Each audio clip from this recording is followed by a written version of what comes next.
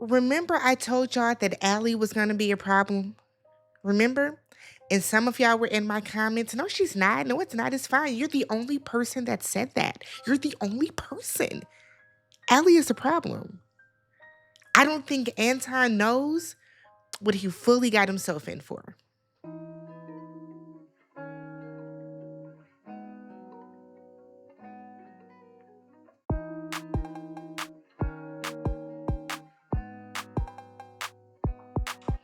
What's up, everybody? Welcome back to the channel. I'm Tammy. This is Tammy Talks. We are gathered here today to talk Love is Blind Season 9, Episode 8, Stripping the Veil. If you guys are brand new to the channel or a returning viewer that is not yet subscribed, please do me a favor and hit that subscribe button. We are on the road to 50,000 subs. I can only do that with your help, all right?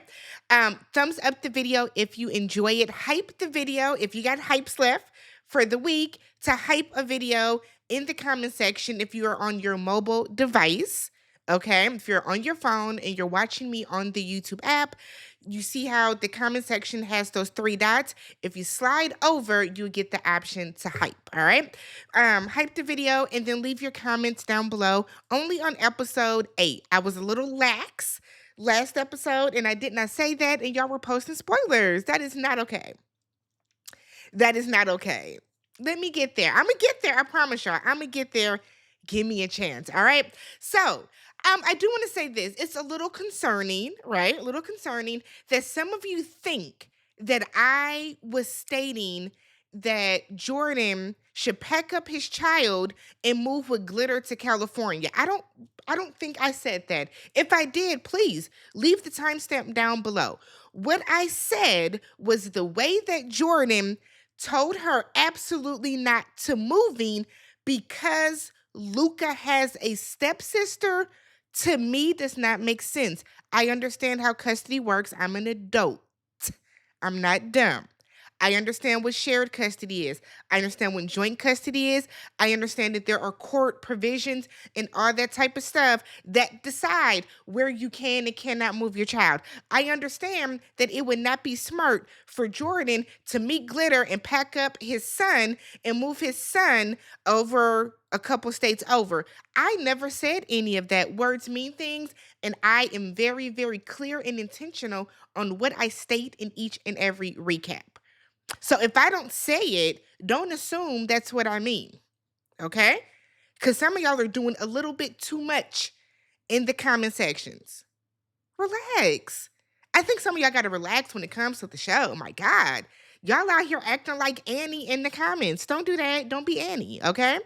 Speaking of Annie, the episode starts off with Nick and Annie. She is excited to live with Nick. She loves spending time with Nick. And I said, yeah, okay, it's given. So she tells Nick, that I can be a little emotional and passionate. And I'm just really passionate about you. Yeah, but I was a little put off by you putting words in my mouth.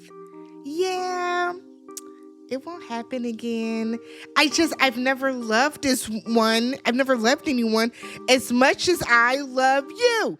Annie, that's how you sound, right? But she said she's sorry that the crazy came out. And he was like, I like the crazy. Don't say that. Because when she goes, Lorena bobbing on that ass, don't say nothing because you told her you liked the crazy, okay? So we then panned over to Madison and Joe. I said, is that Glitter? That was not Glitter with that little sparkly jean shirt on. I said, Glitter, Madison got she giving it to you.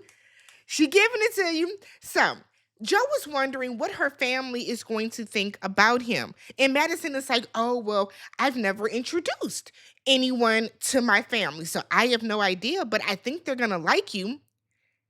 You're not worried? Well, I mean, of course I'm worried, but I have a really good feeling about this. It would make you seem more human if you were worried. What? What? Well, I mean, I am worried. What are you talking about? You're too sure about me. And it's scary. It's scary how sure you are about me. I mean, yeah, there are things about you that give me pause. I mean, you got really drunk. you were on some type of upper or downer in Mexico. Yeah, there are things you just associate. You push me to the side. Yeah, there are a lot of things that I'm worried about. What are you talking about? This is hard. This isn't hard for you? Of course it's hard for me. Joe, why wouldn't it be hard for me? I just I want you to feel what I'm feeling. I mean, you want like what do you I want you to feel how I'm feeling, Joe. What is happening? I know, Madison. Tell me what's happening. Cause I feel like Madison and Joe have these arguments about nothing. Y'all literally have arguments about nothing, right? Come on. Like, how did this turn into an argument? So Madison is like, maybe I should just be a negative bitch. I would just like to get through this, okay? It's not the end of the world. Matt, I didn't mean that. I didn't mean that. I didn't mean that. And this is the thing. Joe tries to gaslight Madison. Like, here's the thing. Madison is all in on Joe, okay? 1000% 10 toes down on Joe. Joe does not feel the same about Madison. He doesn't. And because Madison is so sure about him, he doesn't like it. He's uncomfortable with it because he can't reciprocate those same feelings to her. So instead of him just voicing his concerns and maybe how he's feeling about it, he wants Madison to have those same doubts. On the flip, on the reverse, Madison, who is 1000% sure about Joe, can't fathom that he's not as sure about her. So they have these arguments where she's mad that he's not as sure, he's mad that she's not unsure about him, and this is silly. And what makes the arguments even worse is the fact that when they are talking, when they are going back and forth, Joe has a habit of laughing and smirking and whatever to her, and it's rude and it gets her all riled up. Right? Joe is projecting his insecurities. Joe is projecting his doubts. Joe is projecting his fears onto Madison, who takes that as, him pushing her away, which it kind of is, right? So she gets up and she's like, I mean, I just don't think you're marriage minded. So she goes and she slams the ring box on the table. I'll just keep this here. Fine, Madison. I'll just keep all my emotions to myself. No, that's not what she's saying. But Joe, if somebody is saying, I don't have any concerns, right? Madison has no concerns that her family will like you. Why do you want her to have concerns? That's what I don't understand about Joe. Just tell her what the real issue is. Just tell her. It doesn't make sense. Glitter and Jordan finally go to his place, okay? And we see that Jordan does have a 1 bedroom apartment, but Jordan sleeps in the living room. So he got a whole bed, not like a sofa bed, but a whole bed in the living room. And he gave Luca the bedroom, okay? Cool. So they go into the bedroom and Jordan is showing this little crocheted plushie that someone made that has like a little pump for him, and it's like a little diabetic little stuffed animal, and it's very very cute and all that type of stuff. And I'm sure that little baby Luca holds it when he has to get his pump and all that type of stuff. And what grinds my gears is every time Jordan talks about his son being diabetic, that is not an invitation for you to start crying, Glitter, and bring up your father. It's like the people when you're like, oh man, I have such a headache today. Yeah, I had a headache yesterday. I don't care. I don't care. I don't care about your headache from yesterday. We're talking about my headache now. And that's what Glitter gives. And I mean, it's getting on my nerves, so I know it's getting on Jordan's nerves. And what I would hate is, let's say that the baby is over there, right? And they're hanging out, and his levels drop, and he needs to get his pump or whatever the case. I don't want her to sit up there and start crying and being like, "Oh, my dad." No, that's not what this is. And if his son having diabetes is a trigger for you, then you need to heal from that and y'all don't need to be together. But it's not going to be fair for you to sit here and cry in front of this little boy every single time the conversation of diabetes gets brought up, okay? We pan over to Allie and Anton, and they have a horrifically passive aggressive conversation about washing fruit. So they both worked last night. They both were working third shift. And she was like, okay, I'm going to wash some fruit. And she was like, can you move? And he was like, okay, just push me out the way. She's like, I need to wash the fruit. Allie is rude, okay? Allie is one of those girls that has probably been pampered all her life, that has been treated like a princess probably by her family, that has never been told, girl, it's a given bitch, right? That's what Allie gives. She's rude. She's rude. Sometimes it's passive aggressive, and sometimes it is aggressively rude, more forwardly rude. The way that she moved him out the way was rude. It was unnecessary. Say, excuse me. So he's making steak and eggs for them. They're having mimosas. And she was like, typically, I like to get off work, go to the gym. Okay. And then I like to come home and go to sleep so I'm not tired later when I go back to work. He was like, okay, we just having a mimosas. Like, what's good? Are we going to do this every day? Because it's a lot. And here's the thing. No, y'all not gonna be drinking mimosas every day like that, girl. But like, he's making breakfast. Y'all are having like, you ain't had no problem with the steak. It's not good to eat a big ass steak like that every morning either. If you about to go lay down. So then she's like, if you cook, do I have to clean? And he was like, yeah, that's how that works. So she then said, well, when we both don't want to cook, then the private chef can. Do you have a private chef now? Do you have a private chef now, Allie? Are you bringing your own personal private chef? She then talks about how she's going back to school and said that when she was in school the first time, her mom did everything, the cooking, the cleaning, all that type of stuff. And cleaning is not a priority for her. And that is always weird for me to hear from people. What do you mean cleaning is not a priority? So you want to be able to eat and then just leave your dishes there. You don't want to clean them up. You want to be able to take your clothes off and just leave them there. You want to get your ass into a dirty shower. I don't understand the whole cleaning is not a priority for me. That doesn't make sense, okay? So she's then basically telling him that, she wants him to kind of take care of the bills, but they're going to have a joint account and a separate account. So while she's back in school, she wants him to pay all the bills and support the both of them. He said that's fine. She wants to still get Botox, and he was like, I don't know about that. He's like, I don't understand the point of a joint account and a separate account, right? I personally do, but he does not. So she's like, well, I don't want you to know how much I spend on Botox. So he pivots, he changes the subject to, hey, do you want to go get like Mr. and Mrs. sweaters made today? I don't do corny things like that, but we can get one. Just one. So now you have completely deflated him. You're being weird. No, you're being weird, Allie, and you're being rude. So then they kiss and she tells him, close your eyes. Now I'm going to say this. How do you know his eyes are open? Are your eyes open? Because I think it's weird that every time they kiss, she tells him to close his eyes. You will only know that his eyes are open if your eyes are open. I don't like Allie. I don't like Allie. So we get to KB and Edmund. So he's cooking breakfast. His mom is going to come over, and KB said that when they were talking in the pods, that is just basically how she felt for him. She appreciated his vulnerability, and by her being a social worker, it allowed her to kind of relate to what he was going through. It's given he's a little bit of a project for you, and I don't like that, KB. Do I think that you honestly and truly like Edmund? I do, but I do think that in a small part of your brain, you see him as a project, and that's not cool.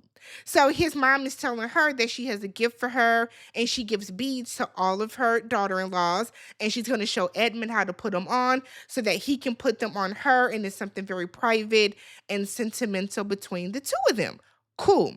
His mother also said that they're going to go to Ghana with her, and she's going to teach her grandchildren how to eat with their hands, because Edmund was eating with a fork, and she was like, that's okay, but just know, just know.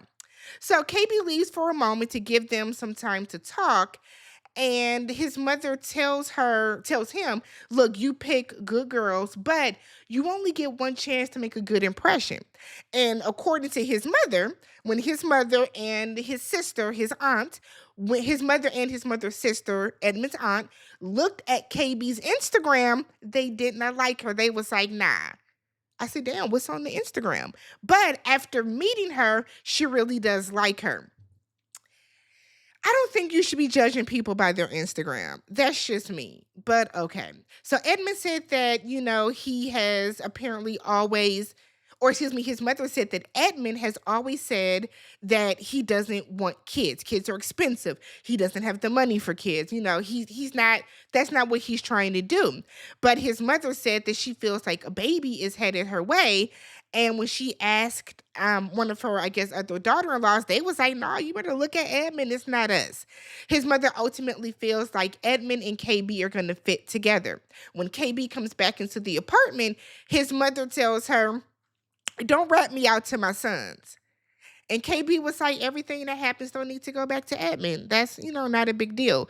So apparently all her other daughter-in-laws telling her, and the real issue is, what are you doing that these daughter-in-laws feel the need to tell their husbands, get your mama? That's the real question, Mama Edmund. That's the real question. So Madison and Joe was in his confessional saying, I can see how I was at fault last night. Again, he is apologizing. It's rinse and repeat. She's like, look, I put my ring back on. I put my ring back on in case you didn't see. I put it back on. I wanted you to see. I wasn't going to tell you, but I wanted you to see. I wanted you to see. So she has her ring back on, and we go over to his place. He's in a studio. And he was like, this is my bed. It's my PS5. That was not a PS5. That was a PS4. But he was like, this is my PS5. And then we see that he has one bowl, one plate, one fork, one band, one sound. And he has a lot of self-help books. He lives like the top. His apartment looks like I thought it would, to be honest. Yes, okay. So Glitter and Jordan. So Glitter and Jordan are meeting up with Glitter's mom and sister, and today is the 4th anniversary of her dad's passing. And Glitter's sister is saying how their father came to her in a dream and was telling the sister that the reason that Glitter is with Jordan is because he led Jordan to her and led her to Jordan because the baby got diabetes. Look. No. No, no, no, no, no. I am so sick of hearing the word diabetes on this show. Glitter, like, was that your place to tell his family that his son has diabetes? Was that your place to do that? Did y'all have a conversation about that before you told? But I guess. So we find out that Luca would not be living with them during this process. And why would he be? Why would he be? Yes, you should meet the child, but should he be over there living with y'all? Nah, he shouldn't. No, you're a stranger. So some food comes out. He didn't know what burrata was. And she brings up the differences that they have in food choices, which we typically see. Now, her mother asks him, describe glitter in 3 words. And he said, adventurous, ambitious, and beautiful. I said, you didn't say sparkle. You didn't. You didn't say sparkle, but okay. So Glitter said that she woke up and she had a really rough morning, given that today is the 4th anniversary of her father's passing. And she wanted Jordan to hug her and comfort her, and he didn't do that. And Jordan was like, I didn't know. This is my first time going through this with y'all. So when she brought it up to Jordan later, Jordan was upset that Glitter didn't tell her right away. Like, it let me know something. So her mother points out that Glitter does need the extra acknowledgement, the extra reassurance. And when Glitter goes to the restroom, he does ask for Glitter's hand in marriage. And her mother gives it because they honestly and truly do like Jordan, okay? Nick and Annie. They're at Nick's little cabin house. It was cute, okay? It looked like the typical Denver man's house, okay? He asks her, was it too masculine? No, it's not. It's not. So they're out in the garage, which is his man cave, and there's bikes and cars and skis and hockey sticks and all this type of stuff. And he has a car simulator, maybe like a race car simulator, that his friends call the Virginity Corner. Why? Why would that be called the Virginity Corner? So we know that Nick lives in Dillon, which is about an hour away from her place, and she said that she cannot leave Denver right now. He was like, I'm not asking you to. I didn't ask you to leave Denver right now at all. So she wants him to come live with her in her apartment for a few months while they figure out where they are going to ultimately live. And Nick assures her, look, you're not telling me to sell my place. I'm not telling you to move out here. We're just going to have two places. This is going to be the best of both worlds for us, which is true, right? Nick's spot is like a little getaway for y'all. Go up there on the weekends and have long, snowy weekends together or whatever the case. Like I don't understand why this is even an issue. Like whatsoever. So then we have Madison and Joe, and we are meeting Joe's family. And Madison said that in the pods, Joe was very attentive and made her feel special and chosen. And Joe was like, yeah, it was her family values. Her family values were awesome. Mike said, Mike, I don't know who Mike was, a uncle, a cousin, a brother-in-law. Mike was like, how can you be so sure after 3 weeks? Valid question. Madison said that they were both very intentional and they had deep conversations. And she said at the end of the day, you have to trust your heart and you have to trust the process. And his family really seems to like her. She seemed to like his family. So hip, hip, hooray. Okay. We then have Allie and Anton, the coup de grace of the episode. So they're out meeting some of his friends, and they're a couple. I know the girl's name is Melissa. I think they were calling the guy Joe, okay? So they're at a little restaurant. We find out that Melissa and Joe have been together for 4 months, and after the first date, they moved in together. She said, yeah, I just never left. I said, oh. Cool. So Allie said that her and Anton just clicked on everything, their hobbies, their values, like they just clicked right away. Allie said that she don't even like Denver. She's only been in Denver for roughly a year. She's a travel nurse. And that's really why she's there. But ultimately, she wants to go to like Florida or something like that because she doesn't want to be in the middle of a party scene. Is Denver a party city? Girl, bye. What's party about Denver? Okay.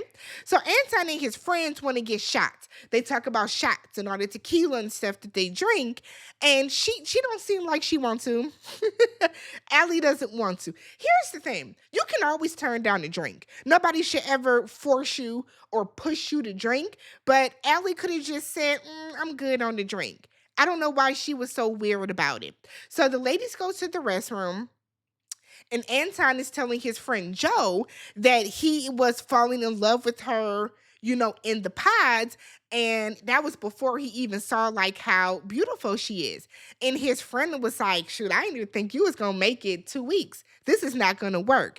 Anton said, look, if she says yes to me, I will be the happiest man in the world. I said, okay. We'll see.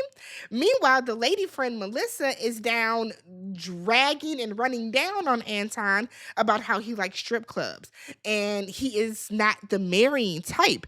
And when they were single, they would be out partying all the time. And that's what he does. He drinks and he parties and he strips and he claps I was like, damn, Melissa, do you want Anton? Because why are you doing this? It was giving hater. It was giving hater, right? And Allie was like, now? And the friend was like, no, 4 months ago when Joe was single, right? So now Allie is hesitant because if you were partying 4 months ago, how do I know you're seriously ready to settle down?